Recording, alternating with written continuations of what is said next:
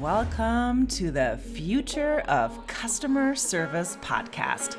I'm Andrea Paulton from Inbenta, and I will be interviewing customer support and service professionals to see what is currently working well, what issues they're trying to overcome, and the future success of customer service. Today we have Scott Gilbert, Senior Director of Global Customer Support from Qumu Inc. Thank you so much for being here. So Scott, tell us, what do you do for Qumu? Thank you for having me. I guess if somebody asked me to describe my job, there's my title, but really I focus on being, kind of a promise keeper to our customers. We make a lot of claims about how our service helps, customers communicate, and I just really want to make sure that we follow through on that commitment that we make in the sales process. So, I kind of just look at myself as the chief promise keeper around here, and in working in conjunction with our sales team and our cloud services team and all the teams that support us, just making sure that the value we kind of advertise the customers they're going to get, that they make sure that they get it once they become a full-time customer. Yeah, I love that, Chief Promise Keeper. That's awesome. I haven't heard that yet. So at Qumu, your title is Global Customer Support. So what countries do you guys serve? We're global. We've got customers all around the globe. In terms of my team, we've got folks in California. We've got a team partner team in Japan. We've got a support team in India, Croatia, Serbia, and as well as Minneapolis. So we've got folks in, really virtually around the globe, and our customers are there too. Okay. So I sent you 5 questions, so we're going to go over those. I ask everybody that comes on our podcast these 5 questions. So number 1, what have you done to promote great customer service in your organization? And this is a great question. It's truly a passion of mine, is just making sure that we provide a great experience. There's 3 things I thought of whenever I was reading the question. One is we try to really focus on our mission and our vision and getting that right, and bringing that down to a ground level for all of the team members. So we have written exercises we have the team go through from time to time, where they read our mission and our vision statements, and then they actually write out the types of things they'd like for customers to say about their personal service to their issues. And we have them review that over a 3-week or 30-day period.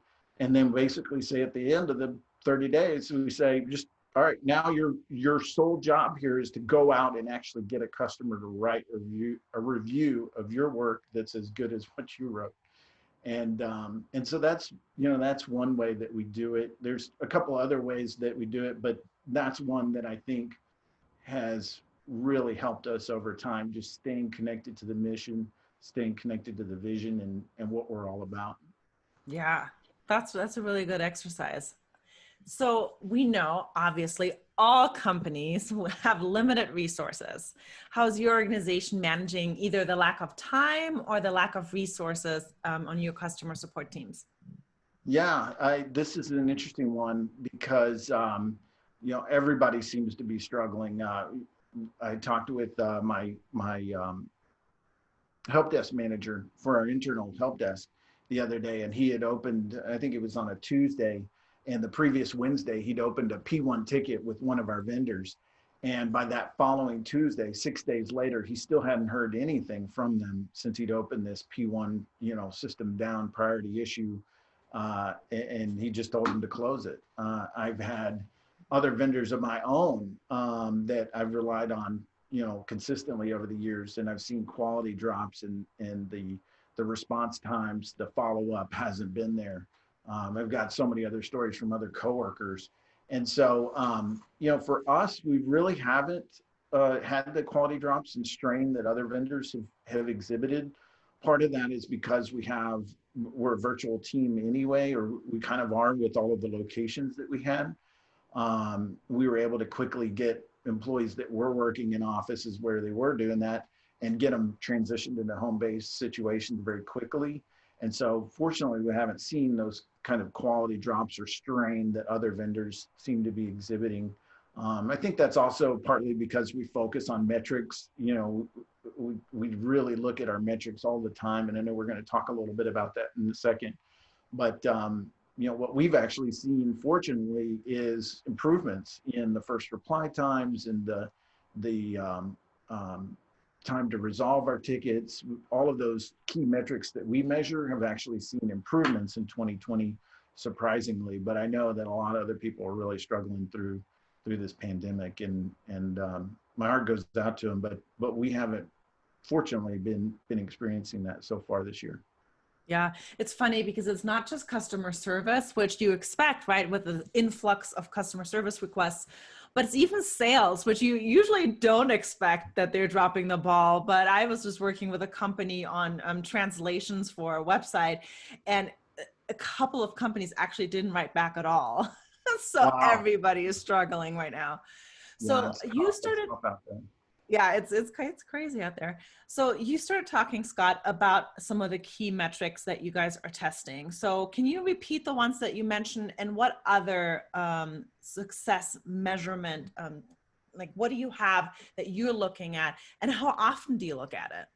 Yeah, yeah. I mean, kind of to paint the picture, we look at it as sort of a little bit of a journey. Like you're on a trip, you're going on a plane, there's a process, and what do you want at the end of the process? You want to get to your destination safely and fast, and those things kind of translate into the support world as speed is speed. Is the speed to is speed, but safety kind of represents the satisfaction that you have in going through the process. And so those are the two things we really measure for: speed and quality. And when it comes to speed, we're really looking at things like the average speed of our first reply. So, customer submits a ticket, how many minutes, in how many minutes are we responding? We look at other things like one-touch resolutions. So, how many times out of the percentage of tickets that we bring in, how many times are we able to just reply to that ticket and resolve it with just one answer? And then finally is average ticket resolution time. So that's just, from start to finish, how long does that take? And so that kind of focuses on the speed side. The quality side is scientific, but it's also a little bit intuitive.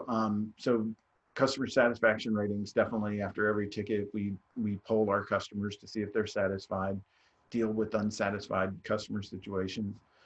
Also, escalations that come from the sales team or from other folks within the organization is something that we track and measure and kind of have watched decrease over time, fortunately. And then finally, just, at the highest level, the reputation. We've recently had some executive changes here. We have a new CEO who came in, and he was actually doing a broadcast for us last month. And one of my team members asked him, what are you hearing from customers and our partners? And the first thing he said is, what a great customer support team we have. And so, that type of thing gives us confidence that we're doing what we need to do in order to provide a great experience for our customers. Yeah, that's really good. And So how speed and often? quality, those are the two key ones: the speed and the quality. Okay, and then how often did you say you measure that?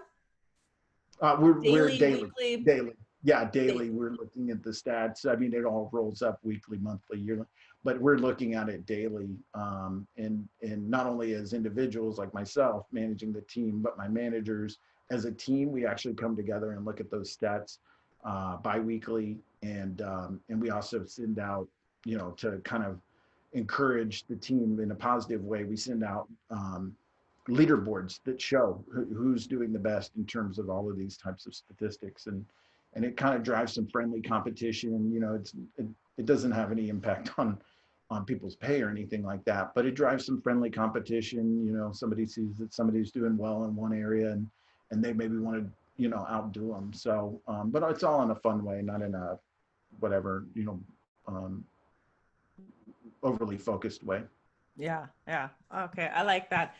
All right, let's talk about more in general. So not just what you guys are doing at Qumu, but since Scott, you're a leader in the industry in customer support and customer service, I just want to ask you, how is artificial intelligence changing customer service? Yeah, I mean, I think it's huge. I think it's to the point where we probably won't even recognize customer service and technical support as they exist today in the future.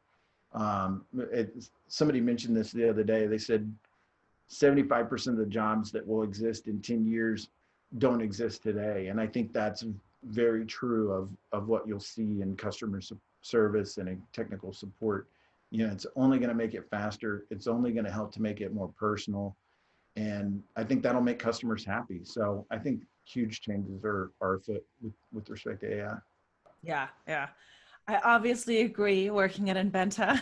All right, so now I have a last question for you, Scott. What is the number one advice you have for customer service departments?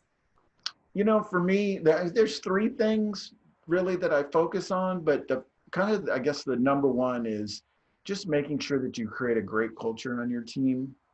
You know, make sure that if there's team members who do a good job, but sort of turn off the rest of their team members on a day in day out basis, that you make sure that those folks don't stay with the organization or coach so that they don't do it.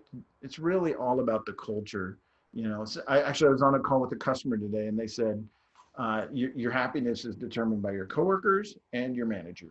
And I just endeavor every day to come in and promote a culture within my team that, you know, people are happy to show up to work. They come in, they do their time, and by the end of the day, they're happy. They're as happy as when they woke up in the morning before they got to work.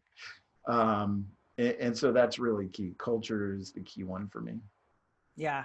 Yeah. I mean, if you have unhappy people there, it's just going to come across on the phone and even in their chats or anything like that. That's really great. Totally.